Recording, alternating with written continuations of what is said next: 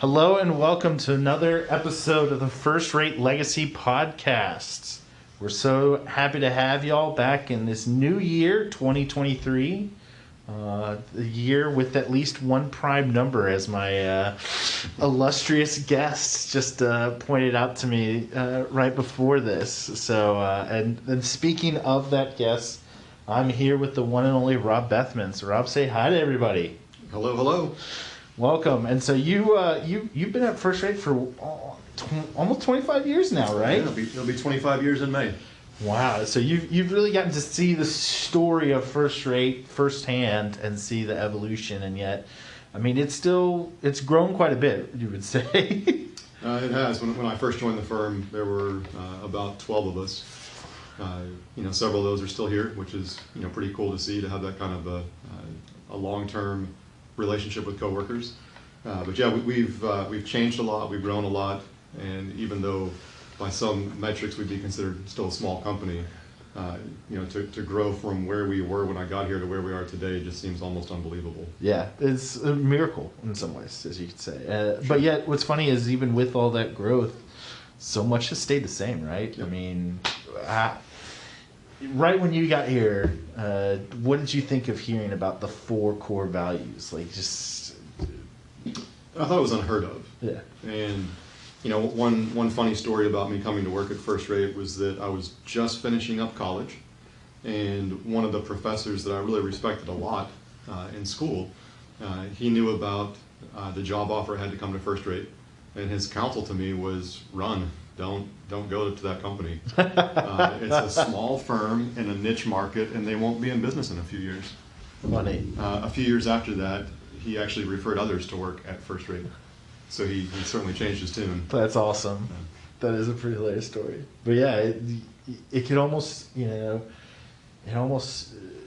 when people hear about it and hear about the values, they're like, oh, that's cool, but that seems weird, and it almost sends up red flags for a lot of people. I remember when I was first interviewing to come serve as the chaplain here, and I was telling a lot of my friends about it, and they're like, they do that, they've got those values. It seems like a front. I bet the owners are just some Bond villains in disguise.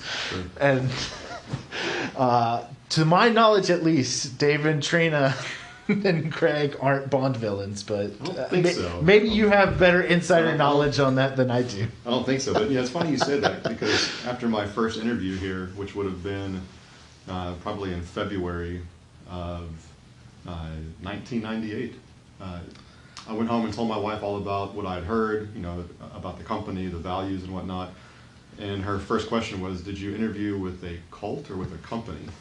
A lot of people say that. And, my answer back then was, it's a company. But I think maybe now I just answer with yes. but in the best sense of the word. Yes, not in the negative connotation. Yeah. But it does inspires to participate in and buy into in a very strong way, and that's what the values do. And that's what's helped it kind of, as you pointed out, evolve from the small company it was to what it is now, and the miracle that took place in that. And yeah, I mean, you've kind of seen that because you've had a lot of different roles throughout that 25 years and gotten to see all different aspects of it. I have. I've worked in several parts of the business, whether it be our processing groups, our custom development groups. I've written code. I've done requirements gathering for code. I've managed developers. I've run a couple of our different business lines over the years. It's been a blast, hopping from role to role. Some more enjoyable than others, some more exciting than others.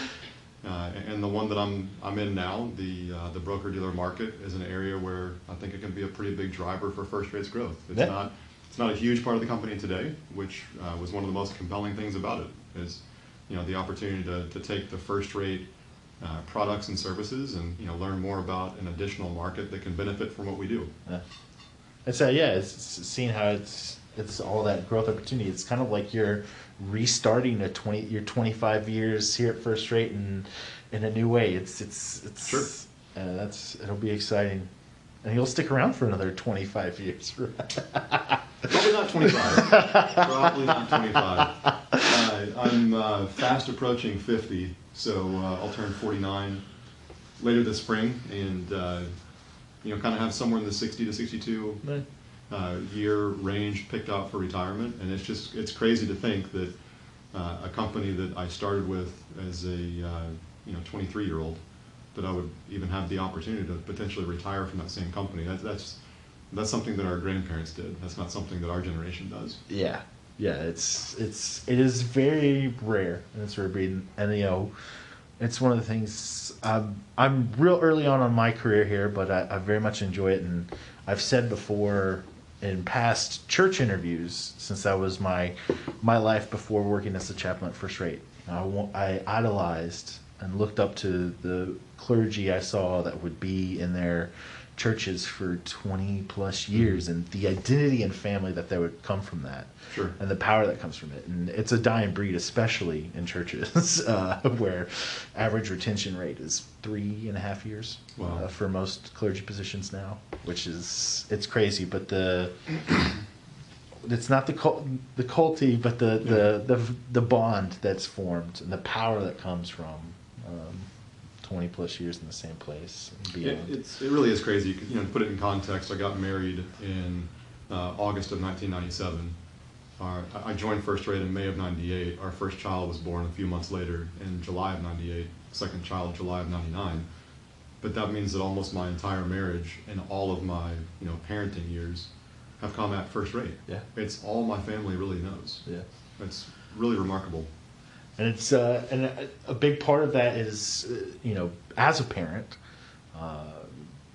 being able to take some of the values of the love, give, serve, and enjoy, and help instill that in your kids, and then see how the fruits of the seeds you plant there, what all it has to bear, and how they mature and grow up and become the amazing people they are, and the people in their lives that help them with those values, even though they're not a part of First Rate. We preach these values, but we know others work it as well without preaching it and help that story. And I think especially hearing from you, that's a big part with your kids is the impacts that were on them from others, and how you've been able to help support that in a way. And so what I'm kind of getting to is, one of the first things I learned of you when I got here was your how much of a running aficionado you were. And then we get to hear more of the story behind that, thanks to you being a parent, basically. Sure. Yeah. And so Cade, when did Cade start running? So my son's first race was in the 8th grade. He went to a very small charter school, and one of the benefits of that school was that he could do anything that was offered. Yeah. Had he stayed where we were in Arlington, ultra competitive campus, maybe he would have played some sports, maybe not. We don't know. But by going to a small charter school, both of my kids had the ability to participate in sports that they might not have had otherwise. And I will never forget, he came home from school one day, shortly after the first of the year. He had a packet for track. And he was like, "Dad, I think I want to run track." And my wife and I looked at each other and looked at the schedule and thought, "Oh my gosh, we're going to be there all day." Yeah. Like, wow, this is not a small commitment. And I even told the coach, I was like, "Are you sure you want to run track? I'm not sure you have any good runners here." I mean, obviously I didn't know much, but he started in the 8th grade there at the charter school. Had almost immediate success. I mean, it was just so obvious that he was naturally gifted with running. And then ended up transferring to the big campus a few years later for his junior year of high school, so he could finish up running at the highest level of Texas track and cross country. That was best for his development long term. Yeah. But something funny happened along the way, though, is that I kind of accidentally fell in love with running. Yeah. It was his junior year at Martin High School in Arlington. A new coach had come in, very passionate about running, and that coach even challenged me a little bit, kind of saying, "Hey, you're an adult. Why aren't you more fit? Why don't you run?" And I kind of brushed it off at first and really thought, especially at that point in my life, that cardio was something that people worried about in their 50s and 60s, not in their 40s, but I just made a commitment at that point to start running and see how it went. And then it really got into high gear when my son was a senior.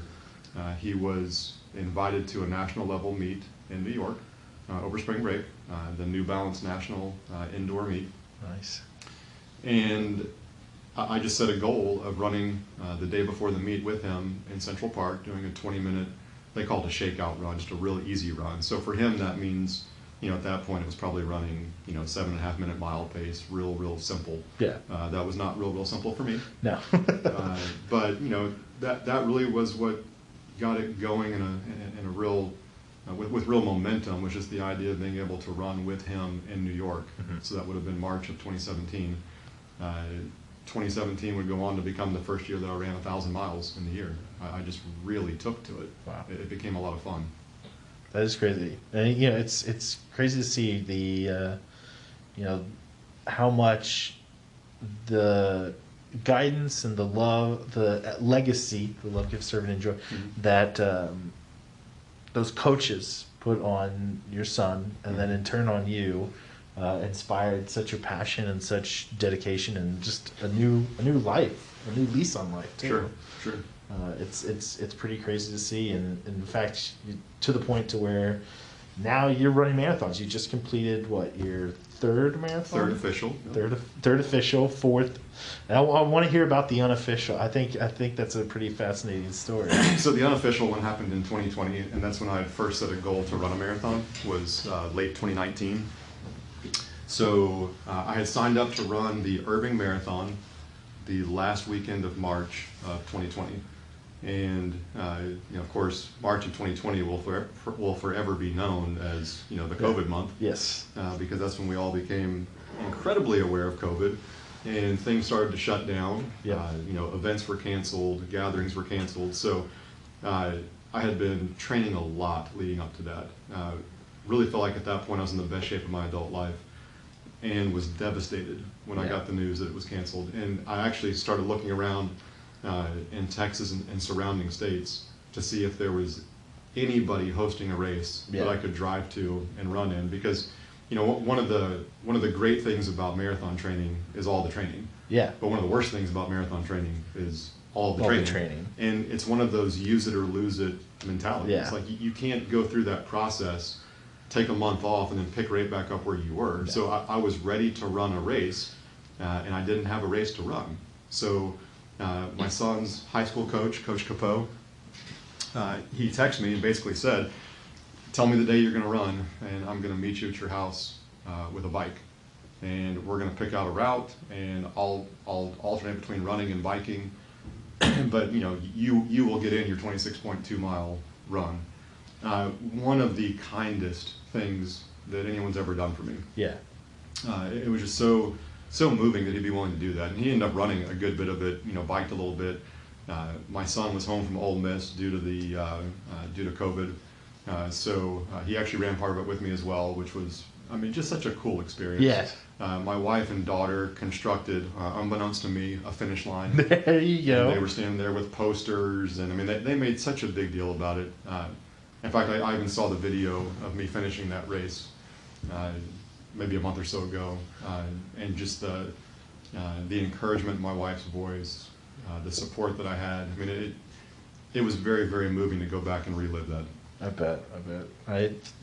I go back and rewatch my wedding video and get moved by it all the time, but especially I think the surprise of that and just the spontaneity, and it's how many people just kind of put in this selfless love towards you and an appreciation of what you had done to that point. Yeah, absolutely. And I actually ran a half marathon way back in the day. Nice. The Disney World half when I was at div school.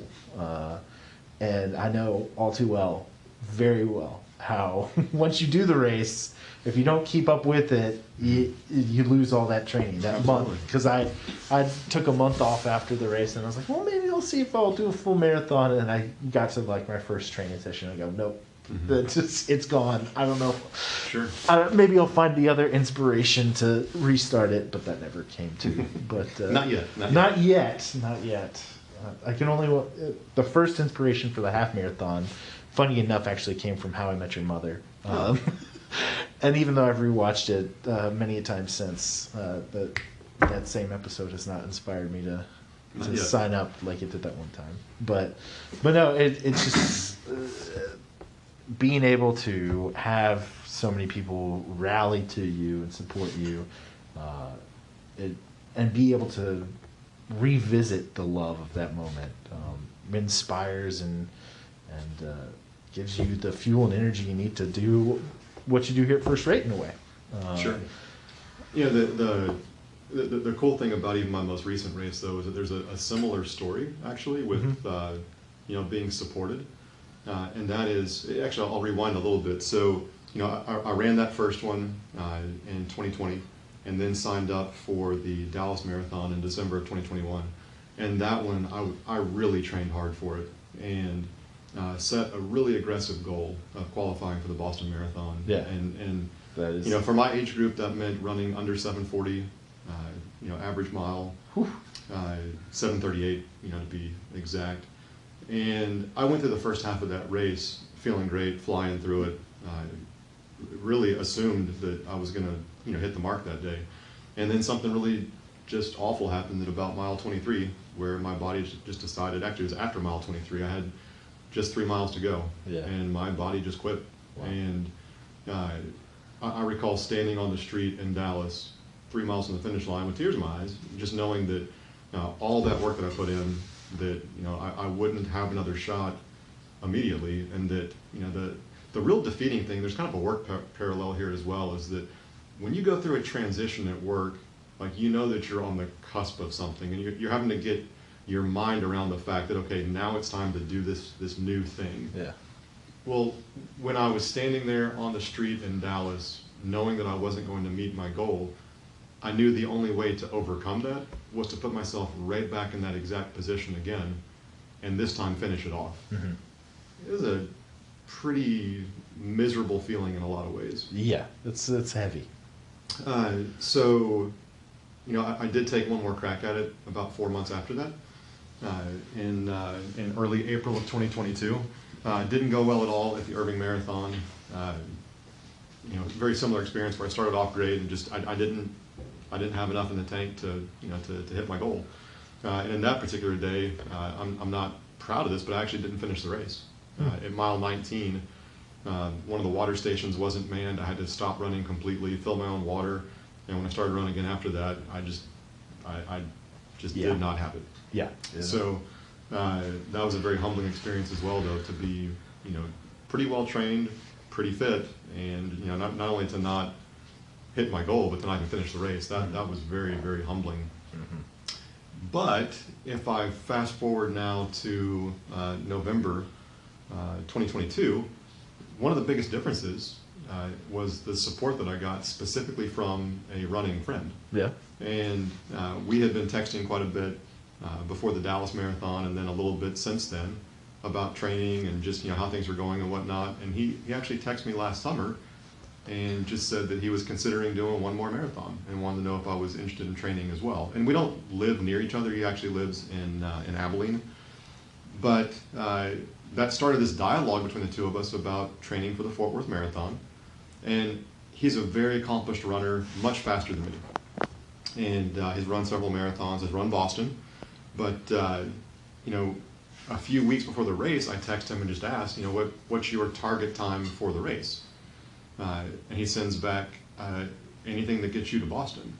And I was floored. I mean, I was like, wait, are you telling me you're going to run the entire race with me? Like, I just assumed that we were keeping each other accountable on training and we were encouraging each other. It never dawned on me that he'd actually run the race with me. But that's what made the biggest difference in me being a Boston qualifier, was that I literally had a friend, someone that I had known since I was probably 8 or 9 years old, step for step, minute by minute, you know, stride by stride. And, you know, we did it the right way. Yes. We started off at a real comfortable pace. You know, if the target time was, you know, 3 hours and 19 minutes, that's about 7:36 per mile. We started off at 8:10, and then moved down to about 8:05, and then moved down to about, you know, 7:55, somewhere in that range. And then after about 5 or 6 miles, we got serious, and then really started, getting down into the 7:20s. We actually got faster as the race went on. But it's so much so that my last half mile was under 7-minute pace. Oh, wow. But I finished the race, and I just recall being so grateful. And the guy's name is Travis. I recall hugging Travis and just saying, "Man, like we did it." I didn't feel like I did it. Yeah. I felt like we did it, and I knew in that moment I wouldn't have been able to do it without him, because I tried multiple times and failed. But just having that extra presence, that extra encouragement, one more voice saying, "Hey, you've got this. It'll be all right." It made all the difference. Yeah, the way that communities and friends give us support is what pushes us through whatever ceilings have been put over us. Sure. And that's such a great story, and it's in a lot of ways it's giving back because of ways you've helped them in their lives. Sure. And vice versa. And they give you that support, and miracles happen. And that kind of going back to First Rate, a lot of the miracle of First Rate becoming what it has is deeply ingrained in the fact that it's based in giving. Mm-hmm. And if First Rate hadn't from day one given 10%, would First Rate be where it is now? Most likely Sure. no. Sure. And that's because of the support systems we help lift up Mm-hmm. others, in order to help lift up others. It's created all these connections and unique glass-breaking experiences, and just bringing the kingdom to earth in Mm-hmm. unique ways, and that has fueled the growth. And it could be something 10 years down the line, and it just all stems from that giving. And that's you get to participate in that giving as well, and Sure. you give to running. I mean, that's kind of one of the neat ways that you're seeing running give back to you now is qualifying for the Boston Marathon. But you've given to running in a way. I have. So, like I said, my son's high school coach was a really big influence on him and on me as well. I mean, he's a dear friend of mine. Chris Capeau is his name, Coach Capeau. But when my son Cade was running for him at Martin High School, I felt like he didn't just have a running coach, he had a life coach. Mm-hmm. And they would talk about life, they would talk about running, they would talk about goals. I mean, so many things that went so far beyond the track or the cross country course.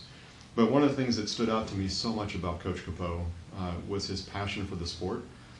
And it's so easy, and I know I'm going to sound like an arrogant dad. I don't mean to, but maybe I do mean to a little bit. I mean, it's easy to get excited about a Cade Bethmann, a kid that ended up being one of the top runners in the country in high school. I mean, he was literally the 10th fastest 800-meter runner in America as a senior in high school. Big deal. Yeah, huge. But there was a race, a meet in high school that I'll never forget when my son ran the mile that night and won the race.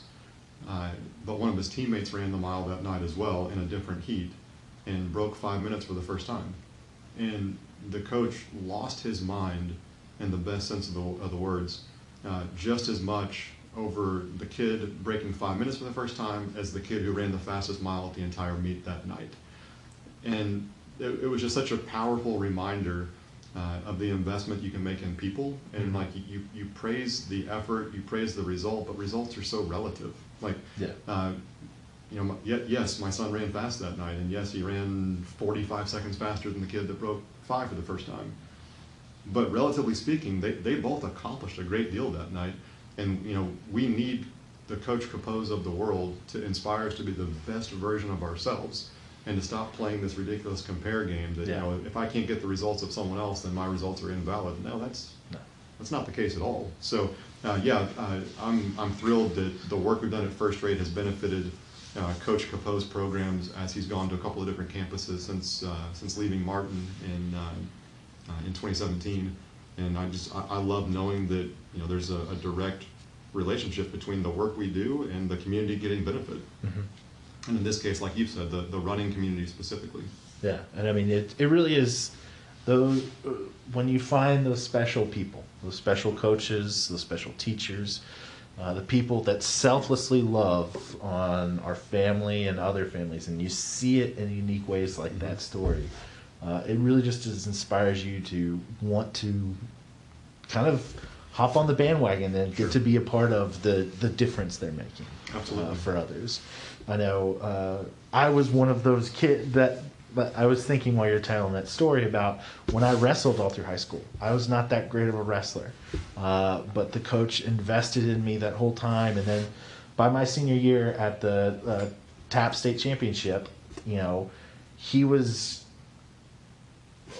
embracing me more so for my finishing first there than our All-American was for the huge victory he had against a much better opponent in his weight class. That's awesome. And it was just one of those deals where, he delighted in both, yes. but knowing that he was, just so happy to see me reach a level that I didn't think possible. That's great. And the way that we can support those that support others and support our families, it's the unique cyclical nature of the miracle that comes out of First Rate. Yeah, definitely. And so it's great to hear these stories and see how it inspires you to even take up the trade. Sure. And so when is the you've qualified now, so when is the Boston? So the qualification window has already expired for the 2023 race. So if I were to run, it'd be 2024, and I have hit the qualifying mark. So for 45 to 50-year-old men, it is anything under 3 hours and 20 minutes. I ran 3 hours, 19 minutes, 10 seconds. That doesn't guarantee me a spot in the Boston Marathon, though. So it depends on the number of applicants, people that want to run in any given year. They actually did accept everyone that hit the qualifying mark most recently, but in other years, they've limited the size a little bit. So it just kind of depends, and really it was a bigger deal to me to qualify than it is to actually run the Boston Marathon. Yeah. There's just not a lot of people that get to walk around the planet saying you're a Boston qualifier. That's kind of a cool thing. But one thing that would really make me want to run Boston is if Cade were to run it as well. I'm not, Cade, I know you're going to listen to this. I'm not putting pressure on you. I promise I'm not. But, just from the standpoint of, the whole, father-son experience, there's not that many fathers and sons that could get to claim that they ran Boston together. So if he were to qualify one day, whether it be this year, next year, and 10 years, and if I could do it again, that would be a cool experience. But really the amount of sacrifice that my family went through just for me to do what I did in November, I'm not looking to go through that again anytime in the next few months for sure.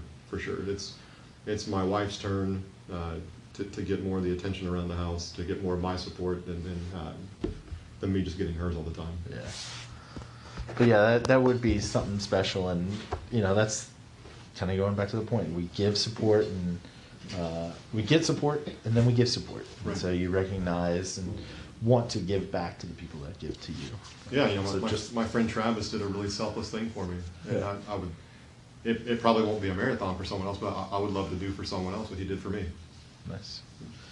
Yeah, so if anybody listening needs a running partner, Rob just committed to it. That's right. That was a binding oral contract. So let's do it. Let's make it happen. And Cade, if you are listening, I know your dad said that he wouldn't guilt you, but I'm going to guilt you. I kid, kind of. But with that, I really appreciate you taking the time, Rob. It's been a pleasure. It's been fun, and it's just neat to see how long these stories can be, and how rewarding the payoff can be, and how many people participate in it, and how wide the web spreads. Sure, absolutely. And so it's been a pleasure. Really appreciate it, and best of luck on the rest of your running endeavors. Thank you. I appreciate it. Yeah. And thank you all for listening. And we look forward to seeing you on the next edition of the First Rate Legacy Podcast.